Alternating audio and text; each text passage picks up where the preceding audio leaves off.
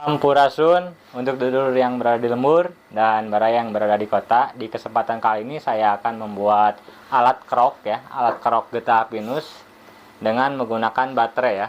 Jadi di kesempatan video yang lain pernah saya buat videonya, namun itu masih baru percobaan ya, belum disempurnakan. Dan untuk saat ini saya akan memperlihatkan cara pembuatannya ya, untuk dulur-dulur, untuk kawan-kawan penyadap pinus terutama ya, yang barangkali ingin mencoba untuk membuat alat kerok getah pinus elektrik ya. Jadi pengerokan dengan menggunakan pemanas itu sangat lebih efektif ya hasilnya dibandingkan tanpa menggunakan pemanas. Jadi kesimpulannya, agar mempercepat pekerjaan itu maksud dan tujuannya untuk alat ini dibuat ya. Inovasi aja, dan semoga dengan alat ini kita bisa melakukan pekerjaan dengan efektif, efisien ya, artinya lebih cepat, lebih mudah gitu. Bisa juga disebut alat kerok elektrik ya, dan bentuknya seperti ini. Oh ya, bentuknya seperti ini. Coba saya jelaskan struktur ininya ya.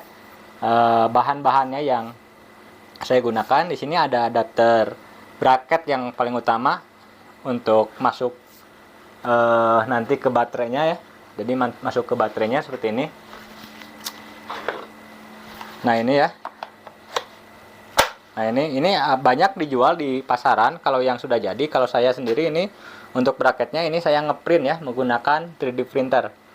Jadi ini pertama komponen bracket atau nanti songket untuk LXT baterai yang kita gunakan. Nah nanti seperti ini ya. Lalu ini menggunakan pipa besi. Ini semuanya berbahan besi ya. Nanti kalau ada plastik meleleh dia. Menggunakan besi, pipa galvanis ukuran 2,5 inch dan ini ukuran 2 inch. Jadi untuk pipanya disesuaikan saja. Ini menggunakan pipa, dan di bagian ini belum di ini, dan di bagian ini stop kontaknya nanti untuk cut off ya, mematikan dan menghidupkan. Lalu ini untuk bagian hot end-nya ya, bagian kepalanya, headnya, ini menggunakan plat baja. Kenapa harus menggunakan plat baja? Karena agar hasil panas itu bisa tersimpan dengan lama ya. Jadi panasnya itu dia bisa menyimpan panas cukup lama. Dan ini untuk mata keroknya. Jadi plat mata keroknya itu terpisah ya. Jadi nanti bisa diganti. Custom mau panjang mau pendek itu bisa diganti ya. Dan ini juga sama, berbahan plat besi. Ini saya buat dari bekas gergaji, plat gergaji kayu ya, yang sudah tidak digunakan, dan dibuat seperti ini melengkung, dan ininya di bagian depannya ditajamkan seperti itu, dan nanti dimasukkan ke bagian headnya, bagian kepalanya sini. Dan nanti di bagian sini itu akan dipasang filamen ya. Untuk filamennya sendiri saya ada contohnya seperti ini, menggunakan kawat ini di sebelah sini ya. Kawan-kawan bisa lihat ini ada kawat, nama kawatnya ini kawat nikel ya. Biasa digunakan untuk pemanas. Oke, akan saya coba bagaimana filamen ini bekerja ya, menjadi sebuah elemen menjadi pemanas. Nah ini bisa langsung saja. Tentu saya menggunakan komponen proteksi agar nanti tidak terjadi ini ya, short, merusak baterai nanti. Oke, kita coba. Nah ini menjadi panas dia. Ini kondisi panasnya lebih dari 300 derajat ya, hampir mendekati 400 derajat. Cuman saya tidak ada alat ukur. Kalau menggunakan alat ukur ini dia nggak mampu, dia terkelewat ya, karena dia hanya mengukur sekitar 120, sedangkan ini panasnya lebih dari 300 derajat. Jadi untuk memanaskan getah pinus saat dikerok ini sangat cukup ya. Ini panas sekali, ini terlihat baranya memerah ya. Oke, nah oke ya, dulur-dulur, kawan-kawan. Jadi kita lanjut cara merakitnya. Ini untuk pengelasannya mungkin tidak saya buatkan video, tidak sempat ya. Namun tadi sudah saya jelaskan. Bahan-bahannya ini menggunakan pipa, bracket, dan baterainya. Lalu ini bagian headnya. Dan sekarang akan saya buat untuk pemasangan bagian heaternya atau elemennya di bagian headnya ini. Oke, lanjut saja. Kita pasang, kita rakit untuk bagian elemennya dan pembuatan elemen bagian headnya. Oke.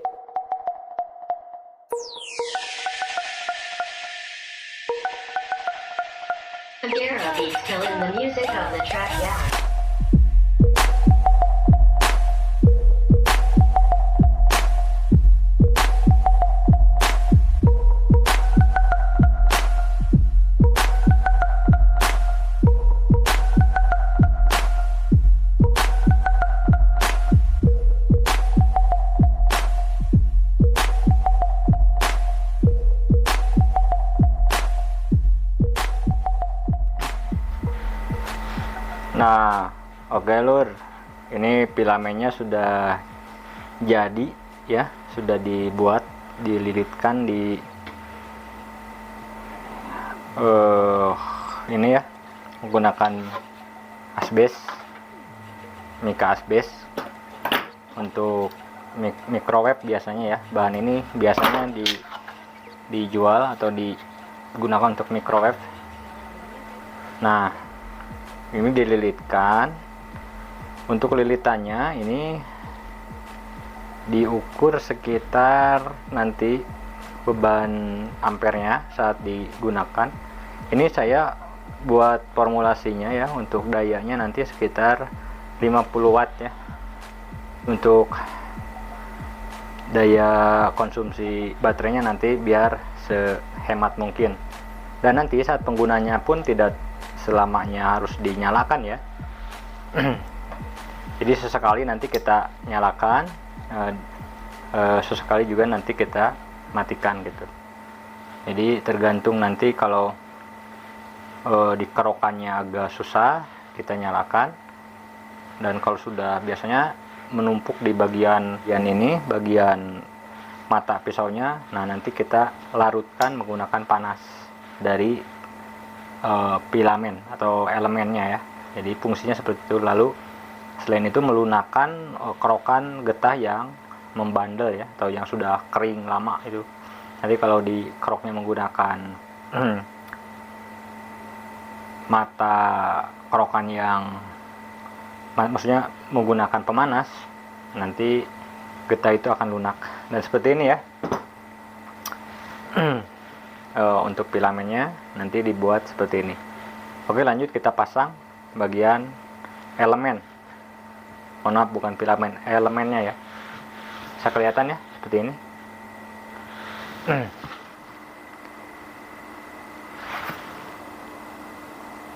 Nah itu ya. Mudah-mudahan jelas ya. Mohon maaf karena menggunakan kamera belakang jadi nggak kelihatan. Lanjut kita pasang ke sini ya. Nah nanti dipasang sini, lalu ditutup menggunakan ini.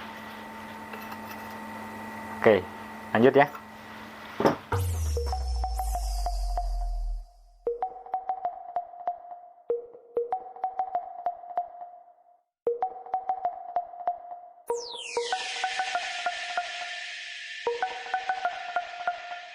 Beats killing the music on the track, yeah.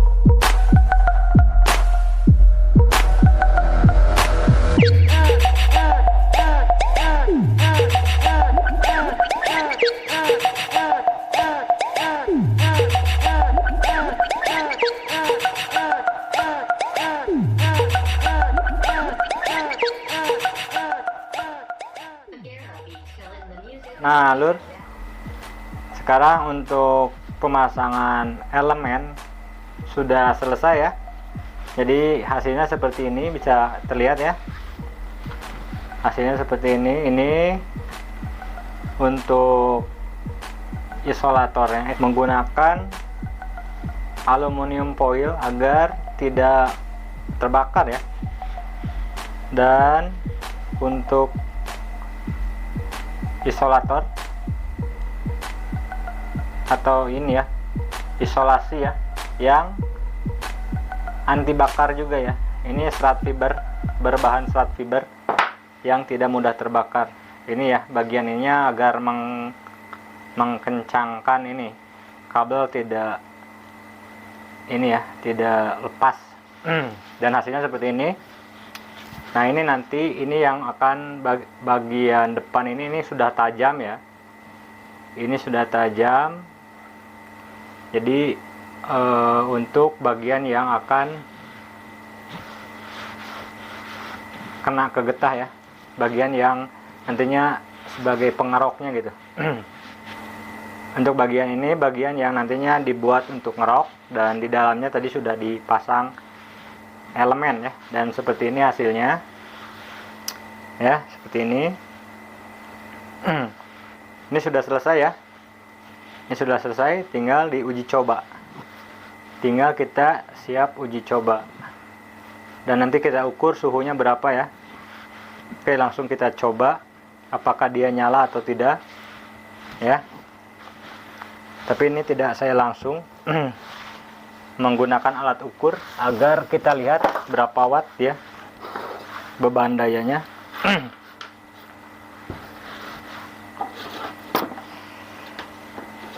Kita pakai ini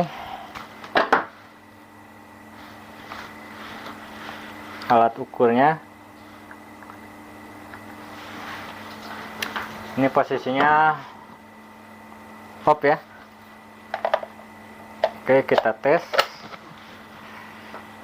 Duh, kelihatan nggak ya? Ini kameranya soalnya nggak ada yang ini. Nah ini kita tes, kita lihat ya. Bismillah, apakah dia nyala? Nah oke ya. Oh ini 70 watt ya, terlalu tinggi ya, nanti bisa dibuat. Nah kelihatan berasap ya, karena tadi ada beberapa ini saya gunakan lemcor sebagai perekat awal, jadi kebakar. Ini kelihatan berasap ya.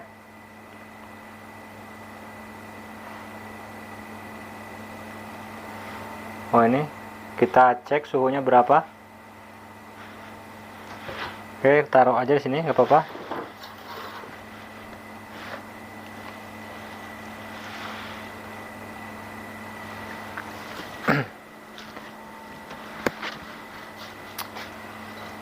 Saya akan cek suhunya berapa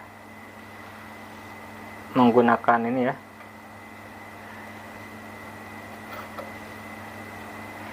Tapi ini biasanya nggak kebaca, soalnya hanya 120.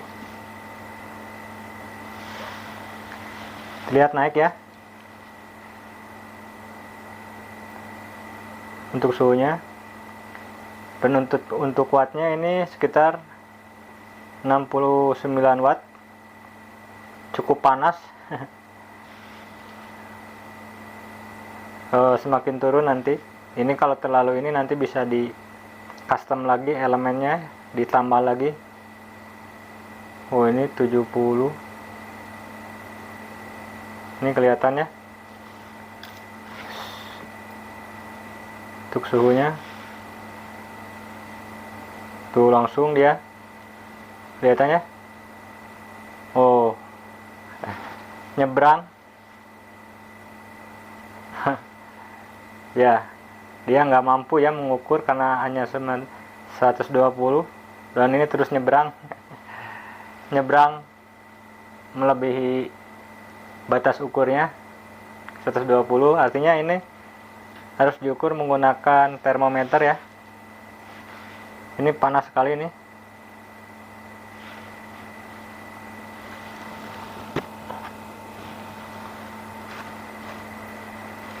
panas ini.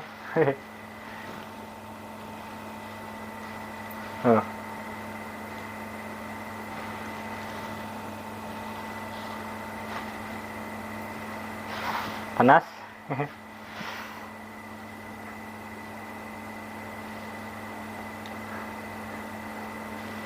Mungkin kelihatan di dalamnya tuh panas, merah ya, ada baranya. Kelihatan nggak? Nah, itu ada baranya di dalam.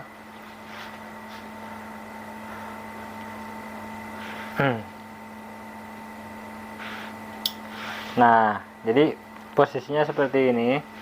Nanti sesekali saja ya ini dinyalakan agar memperhemat juga untuk baterainya. Ini kan masih nyimpan panas dia. Ini cukup lama dia nyimpan panas, sekitar 30 menit. Nah, nanti 30 menit lagi, 30 menit kemudian kita nyalakan lagi. Dan ini bisa di custom ya. Elemennya bisa diperhemat semakin semakin banyak lilitan untuk kawat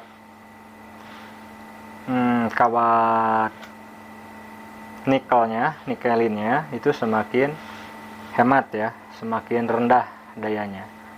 Semakin pendek lilitan atau kawat yang digunakan, itu semakin besar ya daya yang dikonsumsinya. Ini masih panas, terukur.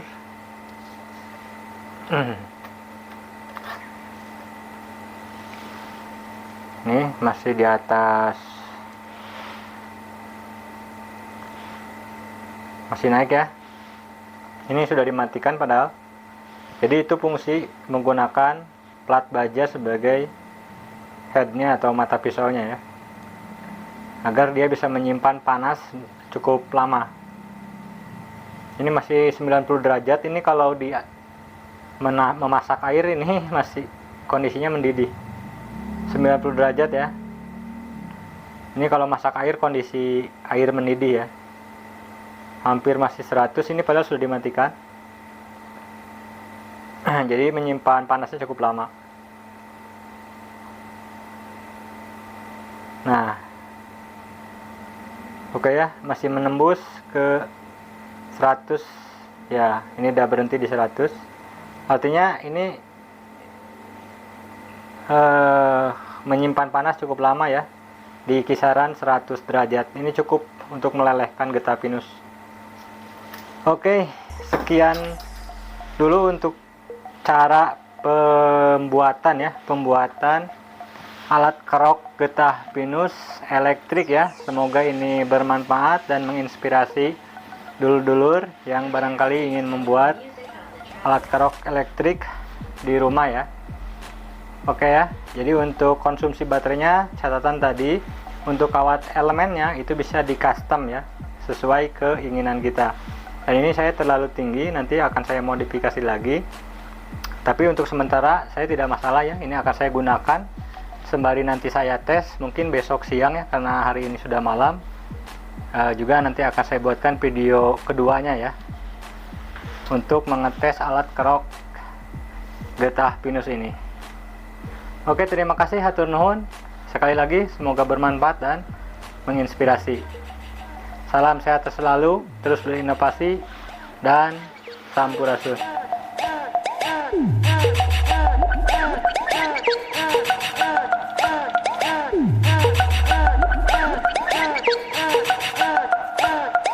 Gera beat killing the music of the track down.